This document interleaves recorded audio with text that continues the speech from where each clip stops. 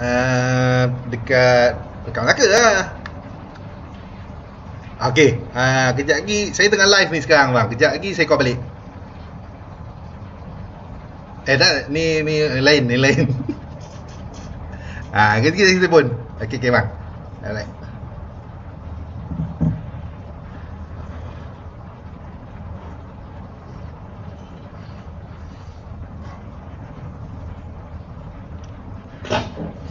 Hai, Assalamualaikum warahmatullahi wabarakatuh. Bertemu lagi aku, Rosino Razali dari Sekolah Filem.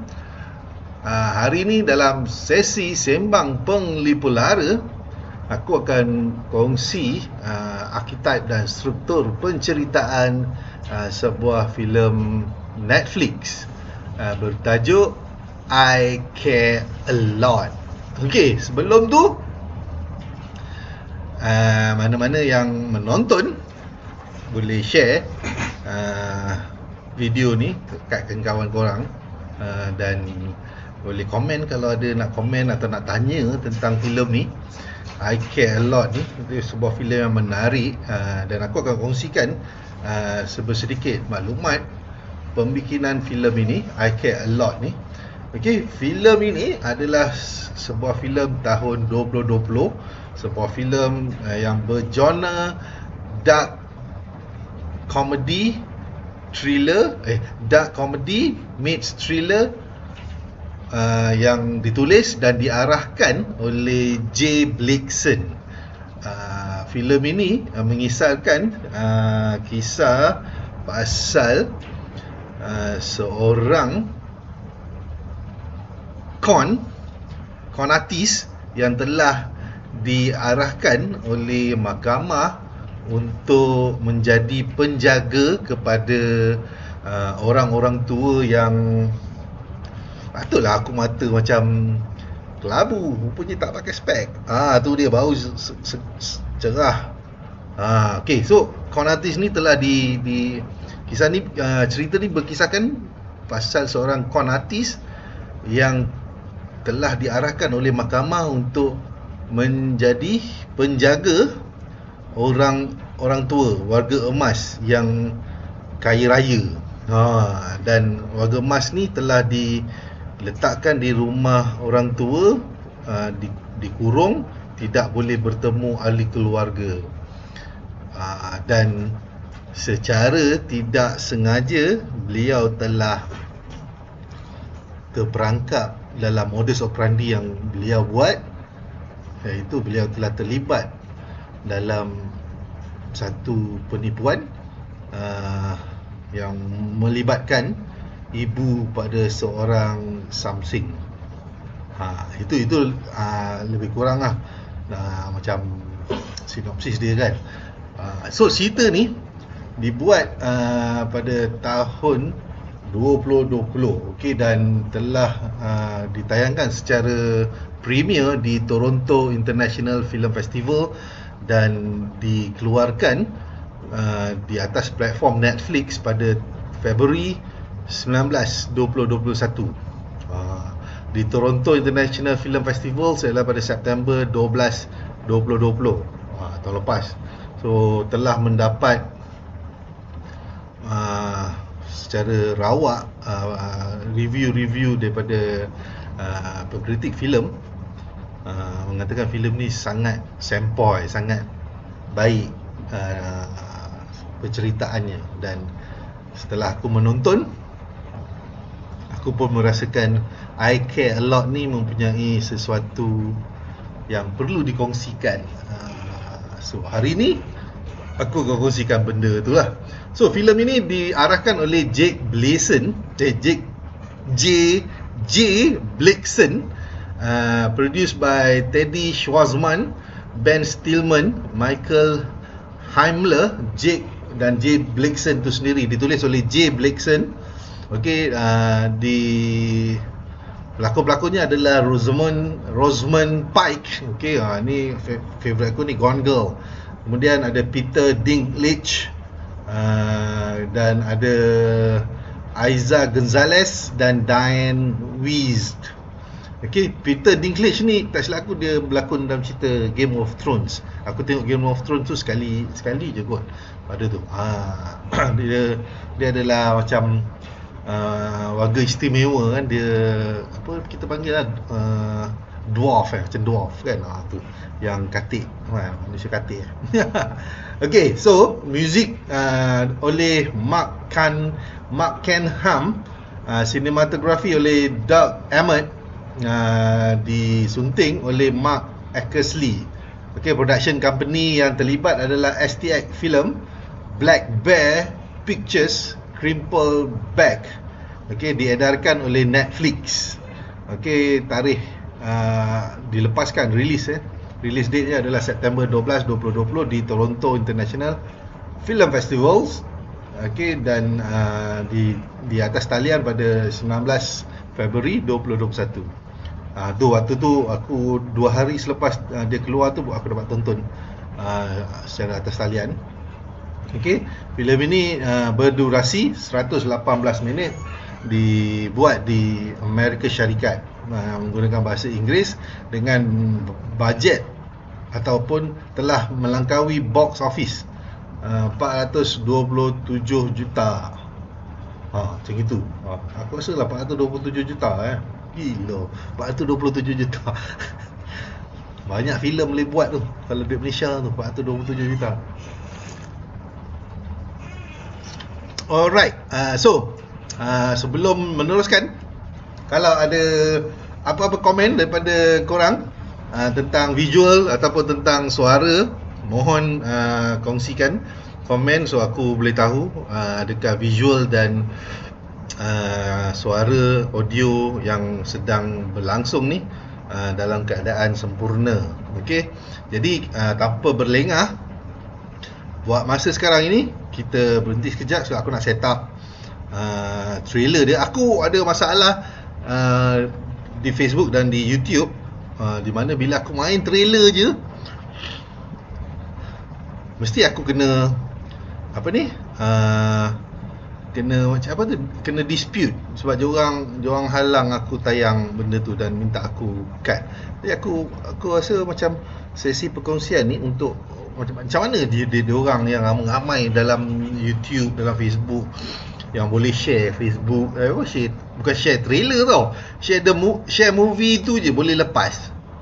Aku rasa macam geram pula dengan platform Facebook dan YouTube ni. Tapi aku macam mana pun aku akan dispute kalau ianya perlu, sebab untuk kefahaman semua yang menonton, Sembang Penglipu Lara, Arkitype dan Struktur Penceritaan ini adalah bertujuan aku berkongsi ilmu pengetahuan untuk mana-mana yang rasa macam nak menulis, nak menulis cerita kan, nak mengetahui tentang arkitype watak, nak tahu pasal struktur penceritaan. Jadi bila dia orang tengok apa yang aku sembang, dengar, dia orang boleh faham, macam gini rupanya, dan bagaimana selalunya aku structure aku punya workflow dalam menghasilkan satu penceritaan. Okay, so kita akan kembali sekejap lagi. Aku nak set up trailer, so be right back. So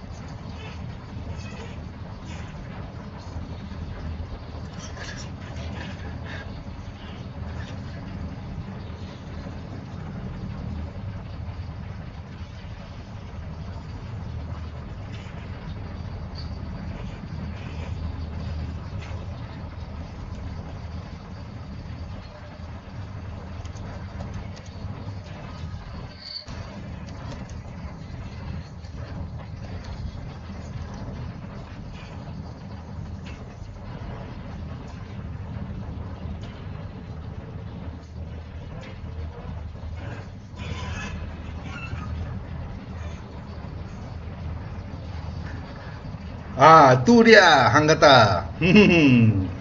Trailer bagi filem I Care a Lot. Okey. Okey, ada permintaan daripada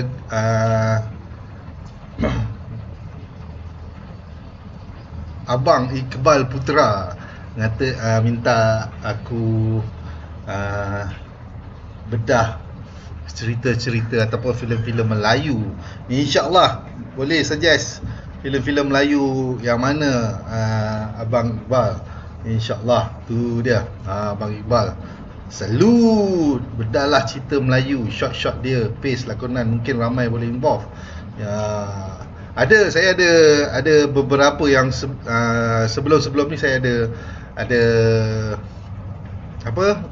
bedah, ada share archetype dan struktur penceritaan filem-filem Melayu. Nama filem Indonesia pun saya ada buat.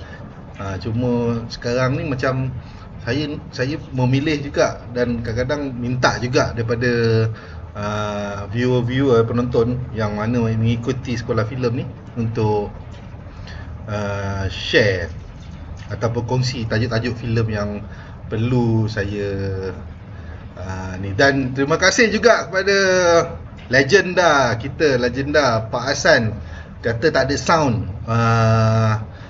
Minta maaf Pak Hasan, untuk trailer saya rasa tim technical memang dia akan off sound tu, dan disebabkan off sound tu kita takkan kena disband oleh Facebook atau YouTube. Tu sebab kita offkan trailer tu punya sound. Sebab kalau kita pasang sound tu mesti kita kena cut part trailer tu nanti. Jadi saya pun masih lagi selalu sangat dispute. Tim-tim sekolah filem ni selalu sangat dispute dengan Facebook. Banyak kita sebenarnya tidak generate duit dengan perkongsian ni. Sekolah filem tidak dapat buat monetization terhadap setiap konten-konten yang kita kongsi. Tu salah satu Facebook telah disband kita daripada monetizations. Tapi itu tak apa, tujuan diadakan sekolah filem ni pun bukan nak generate income. Kita nak kongsi apa yang saya tahu, insyaAllah.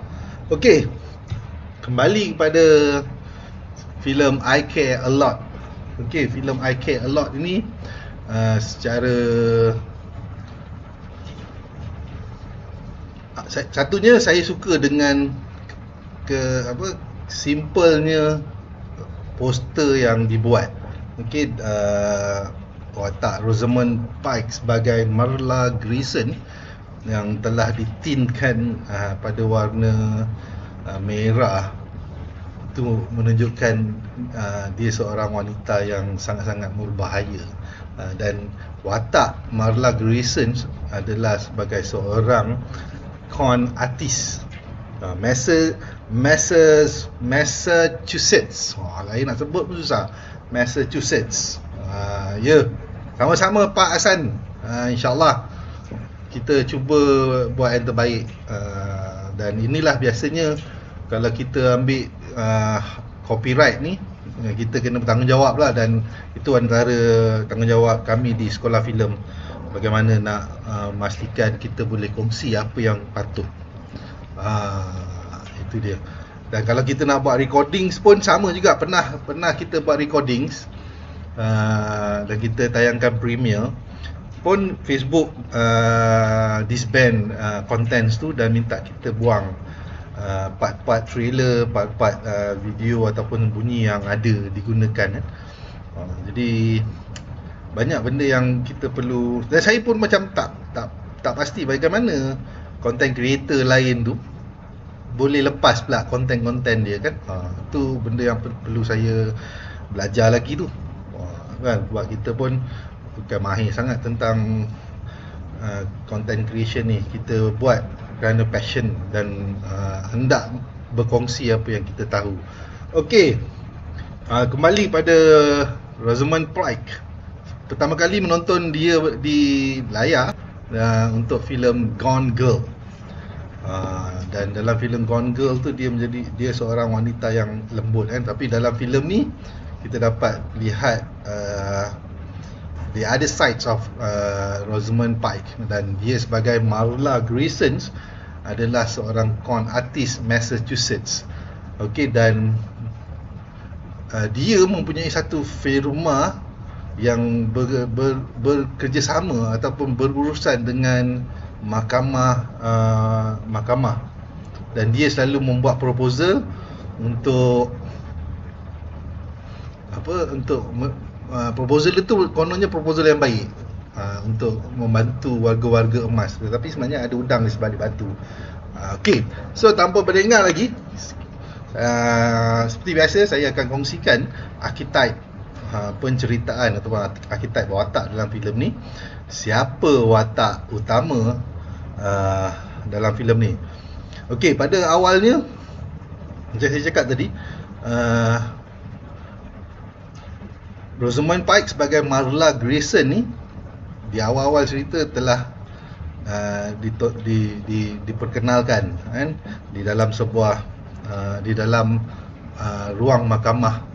Okey, dia telah mendapat arahan daripada hakim untuk menjaga seseorang, dan anak pada orang yang mendapat yang Marla ni dapat hak tidak berpuas hati. Itu start dia punya game. Dan saya cakap tadi, siapa watak utama? Watak utamanya adalah Marla Grayson. Okey, dan archetype watak Marla Grayson ni mempunyai matlamat. Okey, matlamat biasanya dalam kehidupan kita sendiri, kita ada cita-cita, kita ada matlamat yang hendak kita capai. Okey, dan di dalam pembangunan archetype watak ni, setiap watak yang ada dalam frame mesti mempunyai mesti mempunyai kaitan terhadap matlamat watak utama. Okey, so matlamat profesional Marla Grayson ni, dia mahu menjadi seorang yang berkuasa dan mempunyai duit yang banyak. Itu profesional, sebab tu dia buat kerja con ni kan, dan dia belum lagi mendapat peluang ataupun peluang yang besar untuk dia hit it big lah, untuk dia jadi mencapai matlamat profesional dia ni. Okey, dan matlamat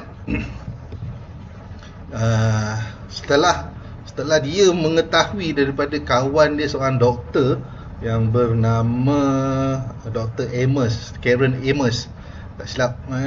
Okey, Dr. Karen Amos, matlamat dalaman dia yang dia rasa, oh ya, aku boleh capai matlamat profesional dia tu dengan matlamat dalaman dia ni, iaitu untuk menjalankan modus operandi dia terhadap seorang warga emas ni yang bernama Jennifer Peterson. Jennifer Peterson ni pun sebenarnya bukan nama sebenar dalam cerita ni. Dia menggunakan ID palsu. Kita tak tahu dia ni sebenarnya orang lain dalam cerita ni. Dan Marla pun memulakan modus operandi dia untuk mencapai matlamat dalaman dia, untuk memastikan Jennifer duduk di dalam rumah orang tua dan dia dapat ambil keseluruhan harta Jennifer. Jennifer ni warga emas yang kaya raya, banyak duit, banyak harta di serata dunia kan. Selepas Marla ni dapat tahu, dia buat kajian lah tentang Jennifer ni, dan dia rasa, oh, ini aku boleh capai matlamat profesional aku boleh jadi usahawan, usaha wanita yang berjaya, yang kaya raya dengan menjalankan modus operandi dia dengan menangkap, mendapatkan hak penjagaan mutlak Jennifer. Dan matlamat luaran dia berkaitan dengan matlamat profesional dan matlamat dalaman dia iaitu dia perlu menyelesaikan masalah yang dia cipta. Okey, dengan mendapatkan hak penjagaan. Jennifer tadi itu sebenarnya dia dah terjerumus ke dalam satu permasalahan yang besar, iaitu dia perlu memastikan Jennifer akan terus berada di dalam pusat jagaan warga emas dan harta-hartanya menjadi milik dia. Dan itu matlamat luaran dia. Dia kena pastikan tu. Okay, so archetype watak yang ketiga, siapa yang akan menghalang Marla Grayson? Siapa penghalang? Siapakah yang akan menghalang Marla Grayson ni daripada mencapai tiga matlamat dia tadi tu? Okey, matlamat profesional, matlamat dalaman, dalam matlamat luaran ni setiap insan dalam dunia ni mesti ada. Dan sebab tu aku study storytelling dalam kelas screenwriting. Aku punya teacher, aku punya lecturer, Jeffrey R. Schechter ni berulang-ulang kali menyatakan kalau kita tak mampu menghasilkan tiga matlamat archetypes ni, penceritaan dalam filem atau penceritaan untuk TV kita akan nampak macam tak solid. Kerana dengan ada tiga matlamat ni, archetype lain, watak-watak lain ni boleh dikaitkan dalam permasalahan, plot-plot yang dicipta, konflik-konflik yang dicipta, insyaAllah. Jadi siapa yang akan menghalang Marla mencapai matlamat dia ni? Okey, yang akan jadi penghalang ni adalah anak kepada Jennifer Peterson. Dan nama dia adalah Roman. Roman dilakonkan oleh Peter Dinklage ni tadi. Roman adalah seorang mafia, bapa kepala mafia, kan? Yang kerjanya menjual manusia. Itu. Jadi dia kaya raya dan apa semua. Inilah dia. Dan dia dapat tahu mak dia telah dikon masuk ke dalam, kan, mana anak mana tak marah, kan. Okey, so dia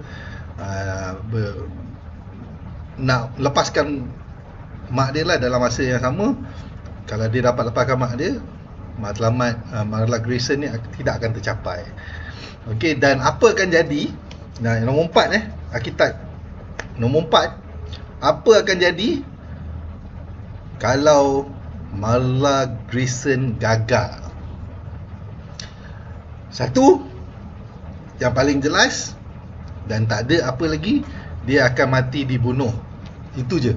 Kerana dia berurusan dengan mafia yang kerjanya jual orang.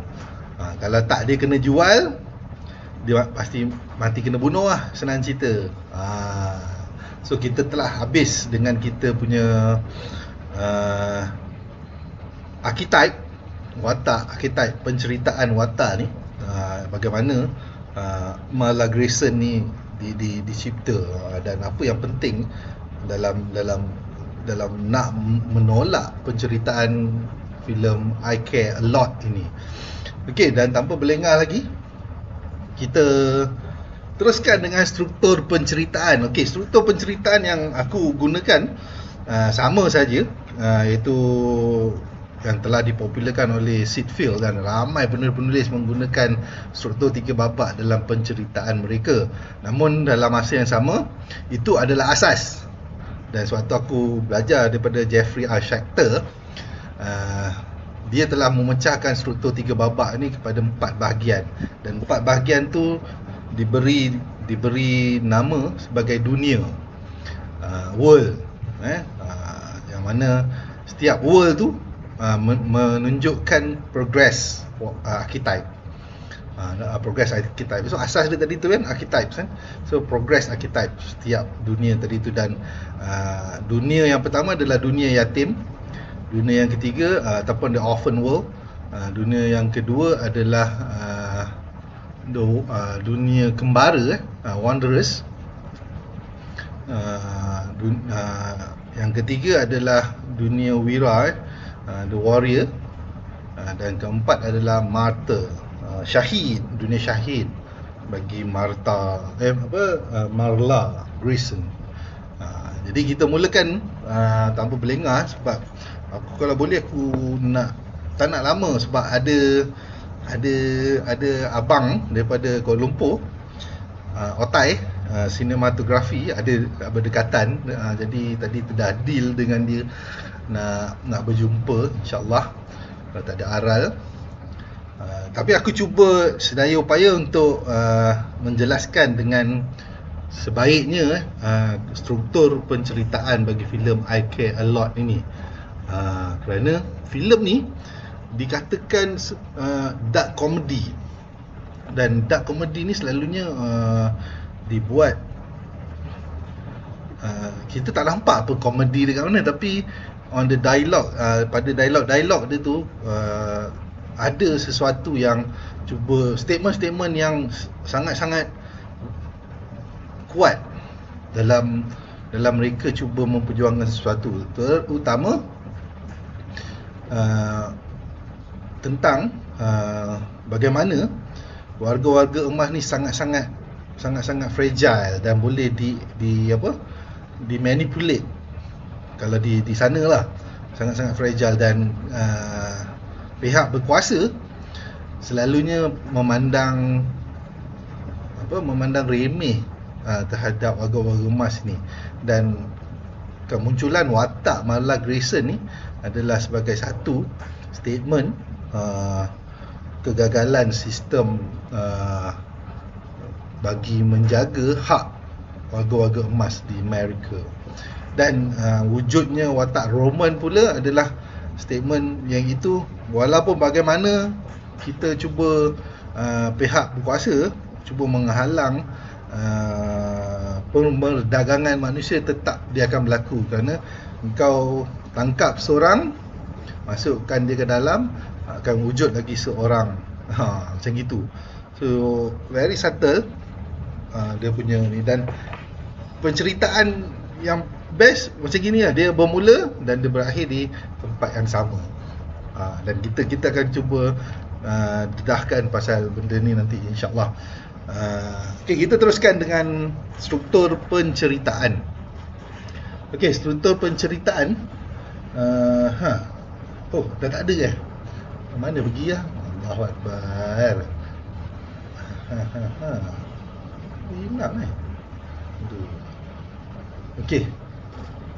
Okey, tak apa. So, struktur penceritaan yang pertama adalah dunia yatim. Okey, bagaimana kita melihat Marla Grayson ni sebagai seorang yang sendirian di dunianya, kan, dan dia berusaha keras untuk mencapai matlamat.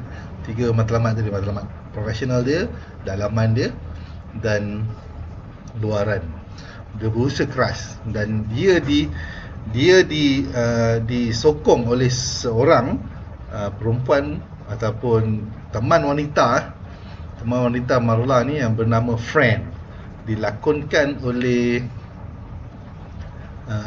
siapa nama dia ni, Eliza Iza Gonzalez Rina, dilakonkan oleh ni Aiza ni. So Fran yang sentiasa yang selalunya menjadi pengutus. Dia kalau apa-apa berlaku, dia akan aku akan selesaikan tugasan ni. Apa-apa berlaku, dia akan selesaikan tugasan ni. Dan dia juga orang yang akan membuat research terhadap warga-warga emas yang akan mereka con. So dia adalah double trouble.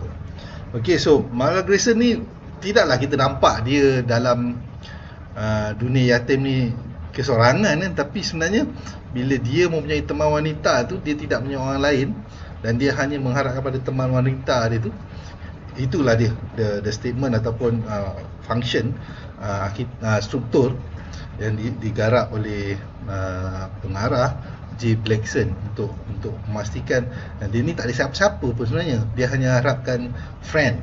So dalam dunia yatim ni kita boleh lihat permulaannya di dalam dia keluar di dalam mahkamah, dia mendapat hak penjagaan dan anak kepada warga emas tadi tu melawan, cuba bercakap, cuba memberi statement yang jelas yang ibu dia tak perlu duduk dia, tapi mahkamah telah putuskan dan keluar. Anak tadi tu mengugut lah apa semua dan bermulalah kisahnya. Kisah yang simple, jelas. Marla Grayson ni seorang yang pasti jelas matlamat dia tidak peduli dengan siapa pun. Walaupun warga emas tu ada anak pun, dia akan pasti nak dapatkan harta tu. Macam gitu punya jahat jiwa Marla Grayson dalam filem ni. Okey, kemudian dia selepas mendapat hak penjagaan tu, dia akan mula bawa warga emas ni masuk ke dalam pusat jagaan. Dia beri dadah, dia beri apa, dan orang tua kan bila diberi ubat-ubatan yang tinggi dos dia ni, dia akan jadi mengong kan, jadi macam sasau ke sewil ke macam tu, dan selalu lupa. Dia nak pastikan warga-warga emas ni lupa siapa mereka, siapa anak-anak mereka. So lepas tu dia akan mula, kita akan nampak montaj dia akan jual rumah, assets dan harta tu akan masuk ke dalam akaun mereka kan. Dan seperti cakap tadi, selepas dia berjaya mendapatkan hak kan, dia dah dapat tu semua, dia telah bertemu dengan tadi yang cakap ni, kawan dia doktor kan, dan doktor ni yang selalunya memberi dia maklumat warga-warga emas yang mana yang katanya tidak fit untuk hidup sendirian. So Dr. Karen Amos yang memberitahu Marla tentang seorang warga emas kaya raya bernama Jennifer Peterson. Kemudian dia dan friend Marla dan friend mula merangka modus operandi, membuat surat, meminta doktor tadi meluluskan apa semua, dan appeal ke mahkamah yang mengatakan ni kita gini. Dan mahkamah pun bagi aku rasa macam kau boleh percaya, kau tak arahkan, okey, patutnya ada PI ataupun ada inspektor ataupun detektif, okey, kau pergi tengok bagaimana orang tua ni hidup, melarat ke apa ke tak. Dia hanya mendengar daripada dua pihak ni. Dan doktor ni pun tak tahu sebenarnya Marla ni adalah seorang con. Jadi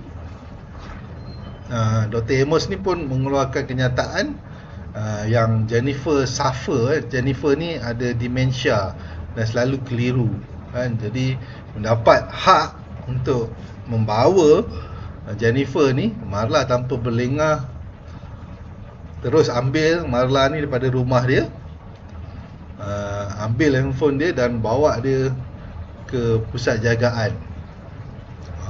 Itu bermulanya. Dan seperti biasa, setelah dia bawa dia tu, friend akan mula mengosongkan rumah, buatlah benda yang patut, dan dia akan jual rumah dia, apa-apa assets dalam rumah tu, harta ke diamonds ke apa, mereka ambil, akan jual, dan duitnya dia orang akan simpan ke dalam akaun. Okey, so dekat situ kita boleh lihat bagaimana selepas itu, ketika friend ni, setelah Jennifer ni warga emas telah masuk ke dalam tu, dan dia merayu untuk dapatkan phone, untuk telefon seseorang. Dia akan bercerita pada penjaga di situlah, namun Marla memberitahu tidak boleh. Dan di rumah Jennifer ni, friend ni telah membersihkan rumah, telah jual apa semua. Tiba-tiba datang sebuah teksi ingin menjemput Jennifer. Dan ketika dia datang masuk ke rumah tu, dia rasa macam apa jadi ni? Pada waktu tu kita dah masuk ke dalam dunia kembara. Okey, dunia kembara ni duduk di dalam Act 2. Okey, dia struktur 3 babak tu ada Act 1, Act 2, Act 3 So Act 2 ni dipecah pada 2 bahagian. So Act 2.1 tu adalah dunia kembara. So driver taxi ni yang ingin menjemput Jennifer ke satu tempat, dan memang dia akan datang pada hari yang sama, masa yang sama untuk jemput Jennifer, dan dia tahu Jennifer ni tak ada masalah. Dan friend memberitahu driver taxi tu yang Jennifer dah pindah, dan merasakan pelik kan, kenapa pula orang tua ni nak pindah kan. So dia pun macam balik kita follow story tadi tu, dah lupa pasal friend dan Marla dan Jennifer yang sedang pening kepala dekat rumah orang tua tadi tu. Kita diperkenalkan kepada Roman setelah pemandu tadi tu sampai di satu tempat. Roman sedang menunggu, dan ketika dia menunggu, dia mendapati Jennifer tak ada. Dan pemandu taksi tadi rupanya adalah orang yang bekerja dengan Roman. Roman ni tadi tu Peter Dinklage. Okey, jadinya setelah diberitahu oleh pemandu taksi tadi tu yang Jennifer tak ada di rumah, dan orang yang di rumah tu mengatakan Jennifer dah pindah ke tempat lain, Roman ni jadi marah kan. Jadi marah pada dia punya staff tu dan mengatakan, kau pergi cari, dapatkan maklumat di mana mak aku. Dekat situ pun kita tahu, rupanya Roman ni adalah anak pada Jennifer. Dan aku masa menonton tu, aku rasa bukan masa si Marla dan friend ni buat research apa semua, dia ni tak ada anak, dia ni seorang kan. Aku rasa macam pelik ni. Kan dia ada kaitan rupanya. Dan penceritaan menjadi lebih menarik apabila pemandu taksi ni mendapat tahu yang Jennifer telah ditipu oleh Marla Grayson. Telah ditipu oleh Marla Grayson dan telah disumbat ke dalam rumah orang tua, dan hartanya telah dicuri oleh Marla. Namun Roman ialah orang kaya kan. Duit ke harta ke tu nombor 2, nombor 3. Yang penting mak dia.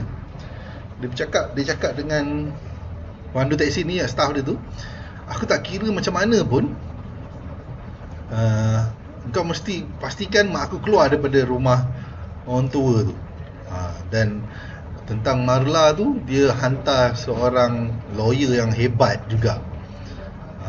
So dalam penceritaan di dunia kembara ni, kedua-duanya Marla ni tidak sangatlah mempelajari dia, tapi dia dapat juga info yang siapakah selepas lawyer tadi tu berdebat dengan dia di dalam ruang mahkamah di depan hakim, dia mula mengkaji siapakah orang ni, sebab dia tak tahu siapa yang hantar lawyer ni, dan lawyer ni bekerja dengan siapa, dan Jennifer ni siapa kan. So dia mula mengkaji, dia mula cuba menjelajah, travel, mencari maklumat siapakah orang yang mengupah lawyer tadi untuk memastikan hakim memberi pelepasan untuk keluarkan Jennifer daripada rumah orang tua. Okey, jadi nak dijadikan cerita, Marla mendapat tahu tentang Roman, dan dalam masa yang sama dia tidak mengalah. Dia kata, aku akan lawan Roman ni, aku akan pastikan Jennifer tu akan terus duduk dekat rumah orang tua. Tapi aku nak tapi tak nak cerita itu, nanti kan dia jadi macam apa dipanggil orang panggil spoiler tapi tak nak cerita sebab ending dia tu kan. Kalau aku cerita yang ni, ending dia nanti jadi lain. Sebab pada waktu kembara ni Selepas dia dapat maklumat pasal Roman apa semua tu, dia berjumpa balik dengan budak, anak pada orang yang memula tadi tu, yang dekat tu. Dan so kita tak nak cerita pasal tu. Tapi itu kalau aku cerita pasal tu, dia jadi spoiler. Mengetahui yang Roman ni adalah seorang mafia besar, kira modus operandi dia menjual manusia kan, pemandangan manusia, sikit banyak menggoyahkan kepercayaan Marla. Namun dia ni jiwa gental, hati keras, dia peduli apa kan. Dan dia fight dan dia menang hak sepenuhnya supaya menjaga Jennifer. Dan ketika itu dia dapat keputusan tu, kita dah masuk ke dalam dunia wira. Adakah Marla Grayson ni akan jadi wira dalam dia punya dalam perjuangan dia menjadi con artist? Kita teruskan. Okey, so di dalam dunia wira ni, setelah kegagalan lawyer tadi untuk mendapatkan pelepasan ibu Roman dapat keluar daripada rumah penjagaan orang tua tadi ni, Roman mula mengupah orang untuk mengganggu Marla dan macam something untuk ganggu Marla apa semua kan. Memberi amaran yang apa yang kau perjuangkan ni salah dan kau akan mati kalau kau masih lagi cuba bersikap macam gitu. So Marla ni dia tak kisah. Dan pada waktu di dalam dunia wira ni, friend ni dah takut. Friend ni cakap, dia ni kita tak boleh buat main ni, banyak orang mati, dia simen apa semua, contoh lah kan. So aku rasa kita patut cool down, step down, kita pergi pindah tempat lain. Kita biar tu dia dah siap bagi benda tu, dia siap dah beritahu lah kan. So dia macam gitu.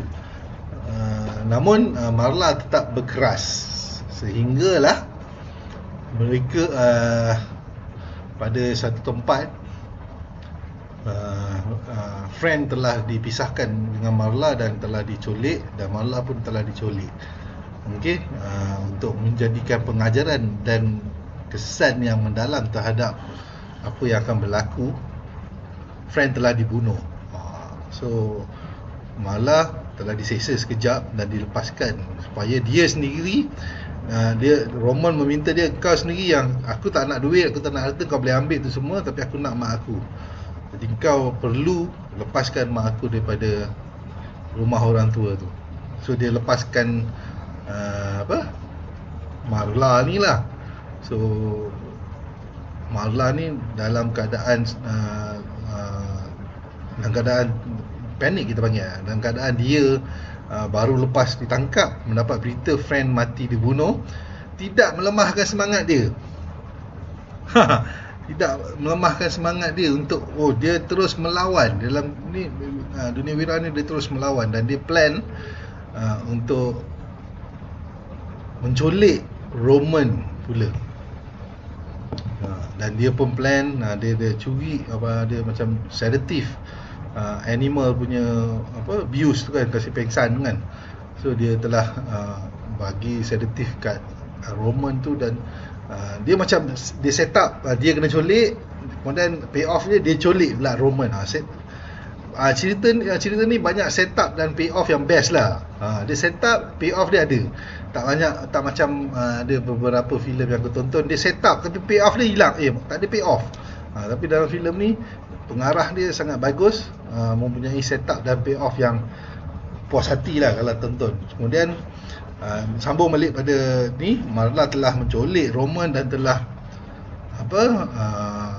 mendera Roman lah, memberitahu Roman yang kau salah orang kan, engkau salah orang, dan kalau kau nak hidup, engkau kena biarkan mak kau duduk dalam tu.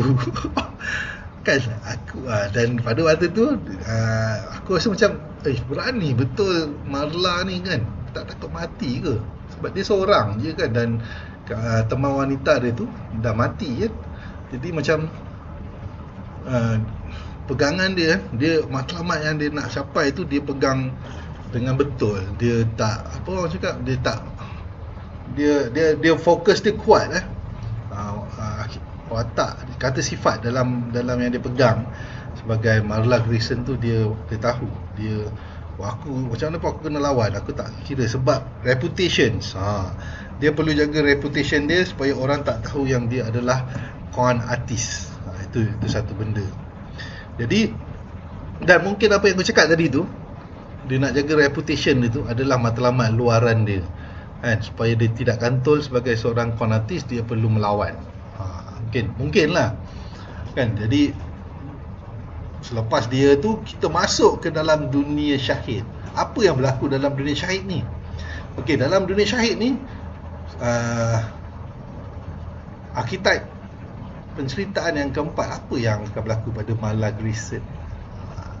Jadi kita tak tahu apa yang ending dia, tapi aku akan kongsikan di dalam dunia syahid ni, setelah diculik oleh Roman dan dilepaskan dan teman wanitanya dibunuh, Marla membuat keputusan tadi kan dekat dunia wira untuk strike back dengan menculik Roman dan menjelaskan pada Roman yang dia ni tak akan mengalah, kan. So masuk di dalam dunia syahid, dia diculik kembali oleh Roman, dan kali ni aku merasakan kali ni kau matilah, memang kau akan mati, kan. Tapi yang bestnya, Roman ni kan orang jahat, kan. Roman ni seorang aku boleh katakan dia mempunyai pemikiran perniagaan yang sangat dahsyat, dan dia menampak konsep bisnes yang dibuat oleh Marla Grayson ni berpotensi tinggi, dan dia offer pada Marla untuk jadi partner dia.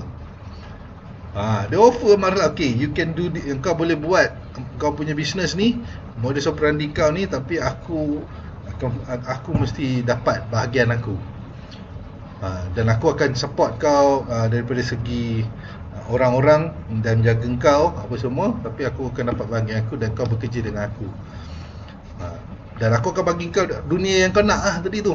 Kau nak jadi apa, kan, tadi matlamat profesional dia mahu menjadi seorang usaha wanita yang terkenal, kaya, dengan kononnya membantu orang-orang tua. Dengan syarat mak dia mesti kena keluar daripada situ. So itulah dia dunia. Tapi dia ada, kalau aku cerita pasal anak yang tadi dekat tu, kan, anak kepada anak warga emas, yang dia akan ada cerita dia yang ending dia. So endingnya, dia telah menerima offer daripada Roman untuk menjadi partner dalam bisnes tu. Jadi tamatlah ceritanya. So di akhirnya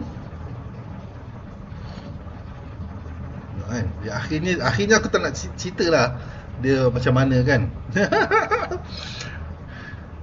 Kan, sebab sedih jugalah, sebab macam aku cakap tadi, cerita tu bermula dan berakhir dengan benda yang sama. Dia bermula di tempat bermula dan berakhir di tempat yang sama. So korang boleh tengok cerita tu dan korang akan faham apa yang aku cakap tadi tu. Dan secara keseluruhan, kesimpulannya aku, untuk filem ini, aku merasakan filem ini sebuah filem psychological thriller yang membuat penonton rasa meluat dengan bahasa-bahasa yang digunakan, dan violence tu, keganasan dan sikap watak Marla tu yang memperdayakan warga-warga emas tu. Aku rasa macam namun di dalam masa yang sama, dia mengangkat sesuatu yang aku rasa ini perlu ditonton oleh semua orang, kan. Dan benda yang baik dalam filem ni, kita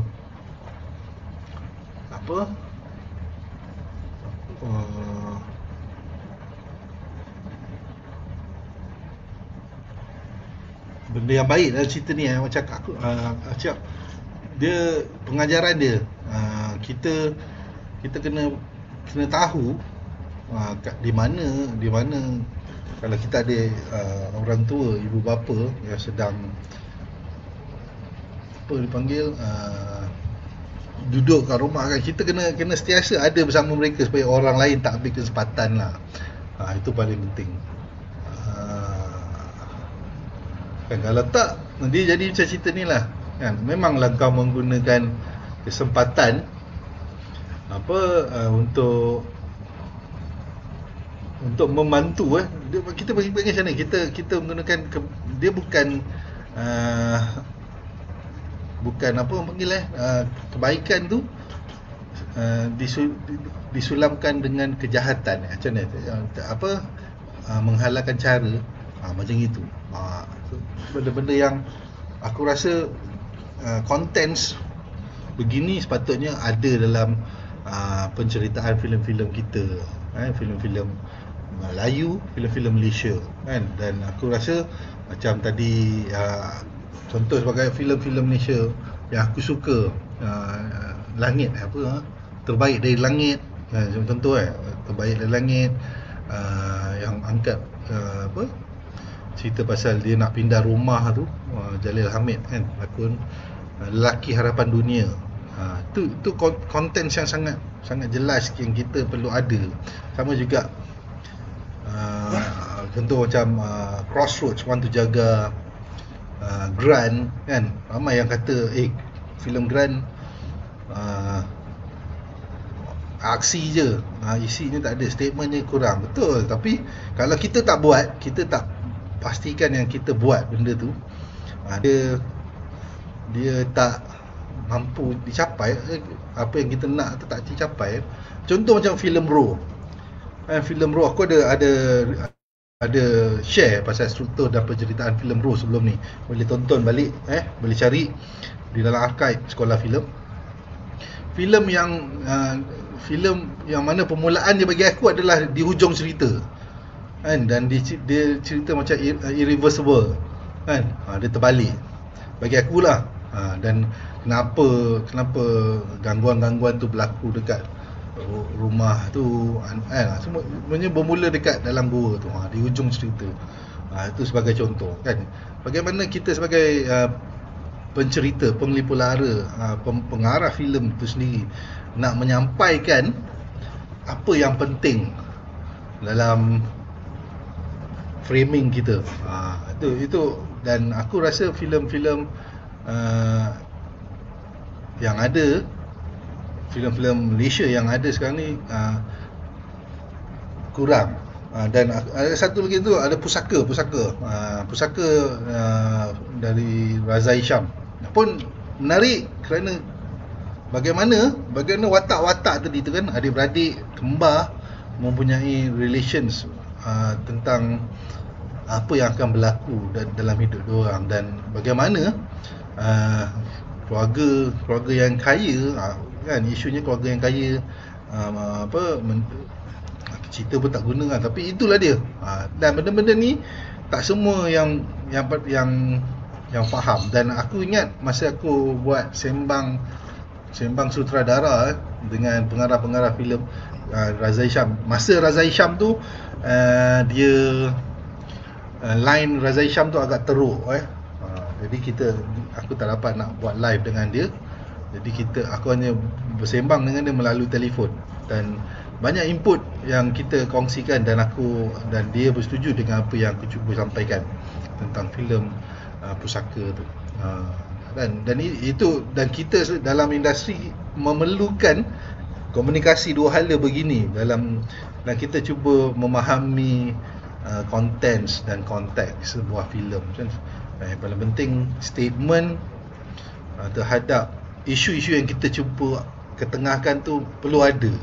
Tak kira lah kalau isu tu isu politik ke, isu keluarga ke, isu kalau sumbang mahram ke, isu LGBT. Aku sebut LGBT ni, bagaimana cerita ni, satu benda yang aku rasa aku tak minat adalah bagaimana pengarah mengangkat LGBT. Tapi dia very subtle, tapi yes, filem ni memang menyokong LGBT. Itu dia. Dan itu antara benda yang tak best lah nak penonton ni, tapi Yang lain-lain, struktur dan arkitek penceritaannya sangat best. Dan dia tak melirik sangat macam kau nak kena fikir, alamak twist dia macam gini, twist dia macam. Tak ada, dia straightforward. In the end kau faham, kau buat baik, kau dapat baik, kau buat jahat, kau dapatlah habuan dia. Macam tu kan. Very simple. Okay, so kita dah hampir bersiaran selama 1 jam dan aku rasa hari ni aku perlu tamatkan sembang penglipur lara arkitek dan struktur penceritaan filem I Care A Lot ni sekarang. Dan seperti biasa,